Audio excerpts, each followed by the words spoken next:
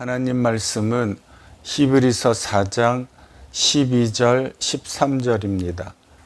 하나님의 말씀은 살아있고 활력이 있어 좌우에 날선 어떤 검보다도 예리하여 혼과 영과 및 관절과 골수를 찔러 쪼개기까지 하며 또 마음의 생각과 뜻을 판단하나니 지으신 것이 하나도 그 앞에 나타나지 않음이 없고 우리의 결산을 받으실 이의 눈 앞에 만물이 벌거벗은 것 같이 드러나느니라.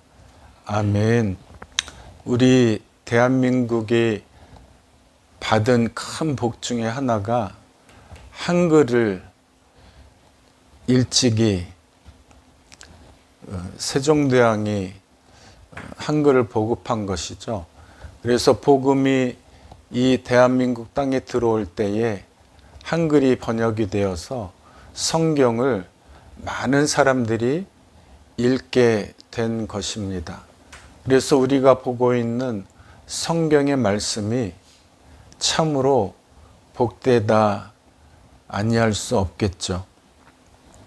하나님의 말씀이 우리에게 얼마나 큰 영향을 미치고 있습니까?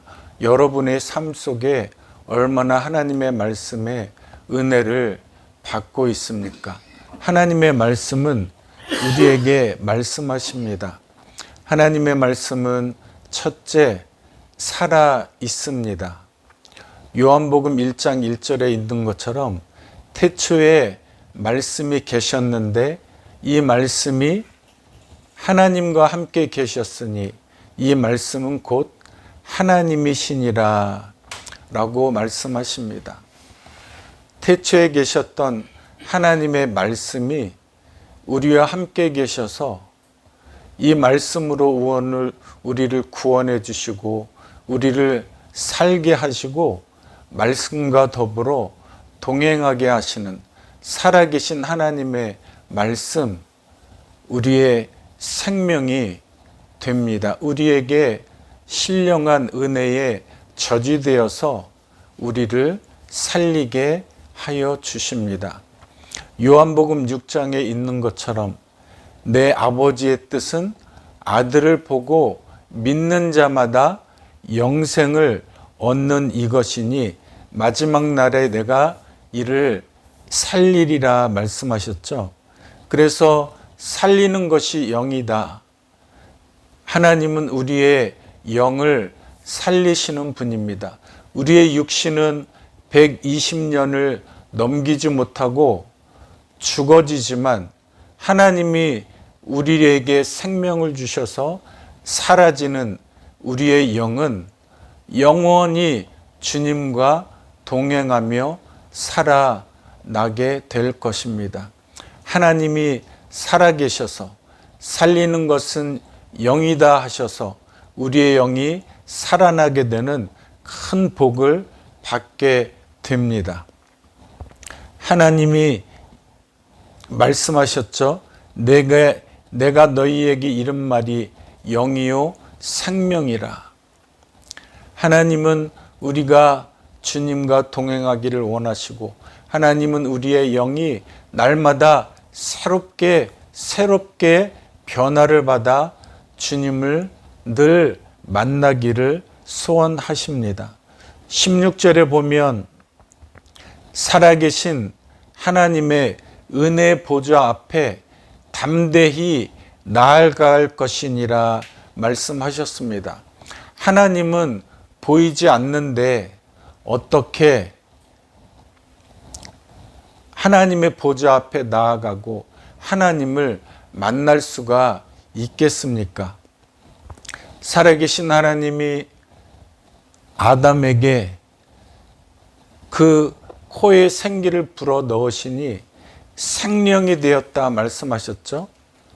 하나님이 살아계심과 같이 우리도 아담도 살아있는 영이 되어서 하나님과 교통하고 하나님과 이야기하는 놀라운 살아있는 영이 되었습니다.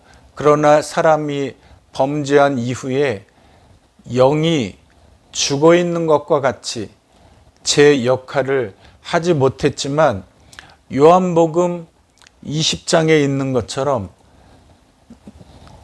부활하신 예수님이 제자들에게 나타나셔서 너희에게 평강이 있을지어다 하시면서 숨을 내쉬면서 성령을 받으라 말씀하셨습니다. 우리가 다시 예수 그리스도를 영접한 이후에 우리에게 성령을 부어주심으로 아담과 같이 우리의 영이 다시 살아나게 되었습니다.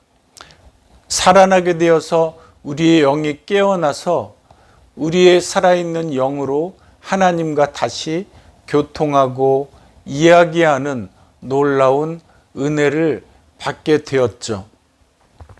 하나님을 우리가 영으로 만나는데 우리의 깨어진 영이 하나님과 만나는 놀라운 시작점이 됩니다.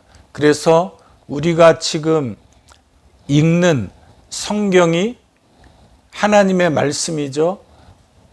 요한복음 1장에 있는 것처럼 말씀이 육신이 되어 우리에게 나타나신 이 우리가 읽는 이 말씀, 보이지 않는 하나님이 보이는 문자로 우리에게 나타나셔서 우리가 그 말씀으로 하나님을 만나게 됩니다. 그러니 우리가 어떻게 해야 됩니까? 하나님의 말씀을 부지런히 읽어야 합니다. 하나님의 말씀을 부지런히 들어야 합니다. 읽고 듣는 것으로 끝나지 아니하고 말씀을 부지런히 행해야 하나님을 보이지 않는 하나님을 만나며 생활할 수 있게 되죠. 두 번째로 우리는 보이지 않는 하나님을 믿음으로 만나게 됩니다. 아브라함은 보이지 않는 하나님을 믿음으로 아들 이삭을 하나님께 번제로 바치게 되었습니다. 엘리야는 보이지 않는 하나님께 믿음으로 간구할 때에 3년 6개월 동안 오지 아니하는 비를 오게 만드는 놀라운 능력을 행하게 되었습니다. 우리는 믿음으로 하나님께 간구하여 우리의 병을 고칠 수 있게 되었고, 우리가 하나님을 믿음으로 많은 불가능한 일들을 가능케 하는, 보이지 않는 하나님을 믿음으로 만나고 체험할 수 있게 되었습니다. 그리고 세 번째로는 보이지 않는 하나님을 우리가 성령과 함께 동행함으로, 성령의 충만함을 받음으로 보이지 않는 하나님을 우리가 만날 수 있게 됩니다. 고린도전서 2장에는 성령은 하나님의 깊은 것이라도 통달하시느니라 말씀하셨습니다. 우리는 성령 하나님과 동행함으로 성령의 충만함을 받음으로 하나님의 뜻을 알게 되고 하나님의 마음을 깨닫게 되어서 하나님의 사랑으로 우리도 많은 믿지 않는 사람을, 우리 주위에 있는 형제 자매를 주님의 사랑으로 품을 수 있게 되었습니다. 그리고 구원받은 우리의 선한 양심이 하나님을 찾아가게 됩니다.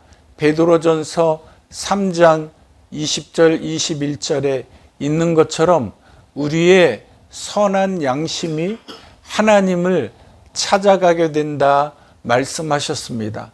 첫째로는 우리의 양심이 깨어나서 죄를 지었을 때 양심의 가책을 받아 하나님 보좌 앞에 나가서 우리의 죄를 자복하게 되는 양심이 회복되었고, 구원받은 우리의 선한 양심이 날마다 하나님을 찾아가게 되는, 보이지 않는 하나님께 나아가게 되는 복을 우리가 받게 되었습니다.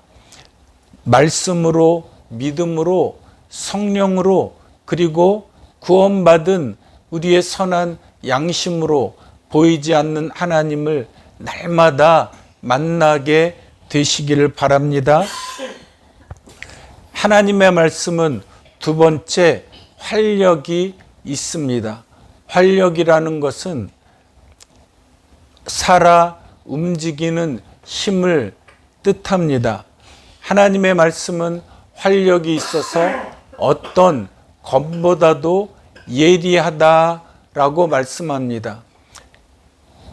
우리는 하나님의 전신갑주 중에 성령의 검으로 악한 마귀를 대적하여서 능히 승리할 수 있도록 하나님이 만들어 주셨고, 두 번째는 본문에 있는 말씀과 같이 어떤 검보다도 예리하여서 우리를 치유하시고 회복하는 능력을 더해 주십니다. 말씀은 수술 칼과 같습니다. 수술 칼과 같아서 예리한 칼로 우리의 병든 부분을 정확하게 도려내어서 수술할 때는 아프지만, 수술할 때는 정말 죽을 것 같이 힘들지만, 수술한 이후에는 회복이 되어서 건강한 몸으로 활기차게 뛰어다니는 것처럼 하나님의 말씀이 우리의 영과 혼을 치유하여서 깨끗하게 치유함을 받아 주님과 동행하는 거룩한 주님의 신부가 되게 하십니다. 말씀은 또 공구와도 같습니다. 십자 도라이바로 돌려가지고 벽에 박으면 아무리 손으로 빼려고 하여도 뺄 수가 없는 것처럼 하나님의 말씀이 우리에게 공구가 되어서 마치 자동차를 딱 맞는 공구로 분해하여서 깨끗이 청소하고 불량한 부품을 새롭게 갈아내어서 다시 조립을 하면 새 차와 같이 깨끗하게 되는 것처럼 하나님의 말씀이 우리를 새롭게 하시고 새 일꾼으로 거듭날 수 있도록 해 주신다 말씀하십니다. 혼과 영과 및 관절과 골수를 찔러 쪼개기까지 하신다 말씀하셨으니, 관절과 골수는 마치 우리 몸의 여러 가지 부분들을 고치시는 하나님의 능력이 임하여 주셔서 혼도 영도 고치시지만 우리의 육신을 고쳐주셔서 새롭게 하나님의 일꾼으로 만들어 주신다 말씀하십니다. 말라기 4장 2절에는 내 이름을 경외하는 너희에게는 공의로운 해가 떠올라서 치료하는 광선을 비추리니 너희가 나가서 외양간에서 나온 송아지같이 뛰리라 말씀하셨습니다. 여러분들의 마음속에, 여러분들의 생활 속에서 어떠한 부분이 치유되어야 합니까? 주님의 보좌 앞에 나가 엎드리면 주님은 우리의 모든 것을 아시고 치유해 준다 말씀하십니다. 주님 앞에 나아가시기 바랍니다. 주님 앞에 치유를 간구하셔서 주님의 말씀 앞에 다 내어놓아서 치료함을 받는 복된 성도들이 되시기를 바랍니다. 또 하나님의 말씀은 활력이 있어서 마음의 생각과 뜻을 판단한다 말씀하십니다. 누가 사람의 마음을, 사람의 뜻을 알고 판단하겠습니까? 오직 전능하신 하나님만이 우리의 마음의 생각과 뜻을 판단하십니다. 하나님의 말씀이 우리의 기준이 되십니다. 하나님의 말씀이 우리의 중심이 되십니다. 하나님은 나를 다 알고 계십니다. 시편 139편 1절에 보면 여호와께서 나를 살펴보셨으므로 나를 다 아시나이다 말씀하십니다. 주께서 내가 앉고 일어섬을 하시고 멀리서도 나의 생각을 밝히 아시오며 나의 모든 길과 눕는 것을 아시고 나의 모든 행위를 익히 아시오니 여호와여 내 혀의 말을 알지 못하시는 것이 하나도 없으십니다 라고 말씀을 드리고 있죠. 하나님은 나를 다 아심으로 하나님 앞에 무엇을 감추겠습니까? 감추기 전에 나의 모든 것을 아시는 하나님께 부지런히 나아가서 내 안에 그림자가 없도록, 내 안에 구석진 곳이 없도록, 모난 것이 없도록 하나님의 말씀의 빛에 나를 자꾸 노출시켜야 거룩하신 하나님과 동행하며 살 수 있게 됩니다. 부끄럽지 않도록 스스로 나에게 늘 물어봐야 합니다. 나의 생각이, 나의 뜻이 그리스도를 바라보고 있느냐? 나에게 스스로 늘 물어보아서 심판날에 주님 앞에 부끄러움이 없도록 늘 준비하며 살아가야 합니다. 빌립보서 3장 13절에 형제들아 나는 아직 내가 잡은 줄로 여기지 아니하고 오직 한 일, 즉 뒤에 있는 것을 잊어버리고 사도 바울이 많은 교회에 영향을 끼쳤고 많은 이들을 구원시켰지만 바울은 뒤에 있는 것을 잊어버린다 말을 합니다. 여러분들이 하나님 앞에 얼마나 좋은 일을 하셨습니까?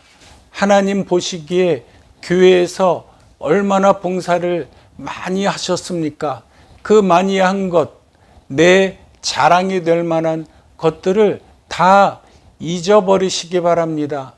그리고 앞에 있는 것을 잡으려고 표대를 향하여 그리스도 예수 안에서 하나님이 위에서 부르신 부름의 상을 위하여 날마다 쫓아가시기를 바랍니다. 그래야 뒤의 것을 잊어버리고 교만하지 아니하고 겸손히 하나님 앞에 설 수 있게 됩니다. 하나님의 말씀은 세 번째, 심판하실 때 만물이 벌거벗은 것과 같이 다 드러난다 말씀하고 있죠. 시편 98편 9절에 보면 그가 땅을 심판하러 임하실 것이다. 그가 의로 세계를 판단하시고 공평으로 그의 백성을 심판하시리로다 말씀하고 계십니다. 이 하나님의 말씀이 마지막 날에 우리를 심판하실 터인데 계시록 20장 11절에는 하나님이 백성을 심판하시는 구체적인 말씀을 하고 계시죠. 20장 11절에 보면 내가 크고 흰 보좌와 그 위에 앉으신 이를 보니까 땅과 하늘조차도 피하여 간 데 없더라. 땅과 하늘조차도 하나님 앞에 감추인 것이 없이 다 드러나는데 죽은 자들이 보좌 앞에 쭉 줄지어 서 있는데 그 죽은 자들 앞에서 책들이 펼쳐지고 다른 책, 즉 생명의 책도 죽은 자들 앞에서 펼쳐져서 자기의 행위대로 심판을 받게 된다라고 말씀을 하십니다. 누구든지 생명책에 기록되지 아니한 자는 불못에 들어가게 된다 말씀하고 계시죠. 절대로 우리가 기억할 것은 우리의 이름이 생명책에 기록되기를 힘써야 하겠습니다. 하나님, 나의 모든 죄를 용서하여 주시옵소서.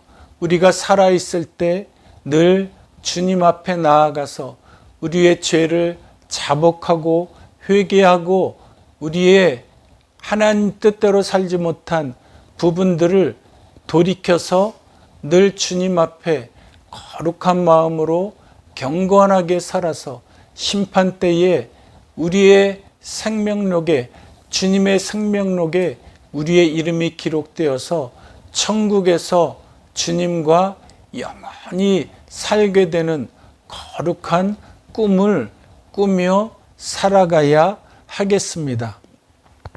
생명책에 이렇게 늘 주님의 이름의 생명책에 우리의 이름이 기록되려면 본문 히브리서 4장 14절에 보면 우리에게 큰 대제사장이 계시는데 하나님의 아들 예수이시죠. 우리가 믿는 도리 예수 그리스도를 굳게 잡으라 말씀하십니다. 우리는 물질을 잡고 살 것이 아니라 우리의 명예를, 우리의 있는 권세를 잡고 살 것이 아니라 예수 그리스도를 굳게 잡아야만 천국에 갈 수 있습니다. 좁은 길로 가야만, 주님의 길로 잘 따라가야만 천국에 갈 수 있다 말씀하고 계십니다. 16절입니다.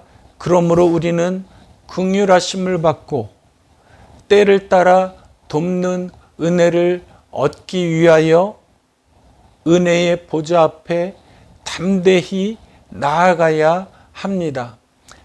방금 제가 말씀드린 대로 하나님의 보좌 앞, 보이지 않는 하나님의 은혜의 보좌 앞에 나아가는 길이 무엇이라 했습니까? 말씀으로, 믿음으로, 성령으로, 그리고 우리의 구원받은 선한 양심으로 하나님의 보좌 앞에 날마다 나아가서 주님과 동행하며 주님의 말씀을 잘 깨달아 알아서 말씀대로 잘 사는 우리가 되어서 주님이 우리를 오라 부르실 때에 주님, 내가 여기 있습니다. 주님이 부르시니 주님의 나라에 갑니다. 감사합니다. 라고 주님께 이렇게 외치시며 주님 나라에 가시는 복된 성도들이 되시기를 주님의 이름으로 축원합니다.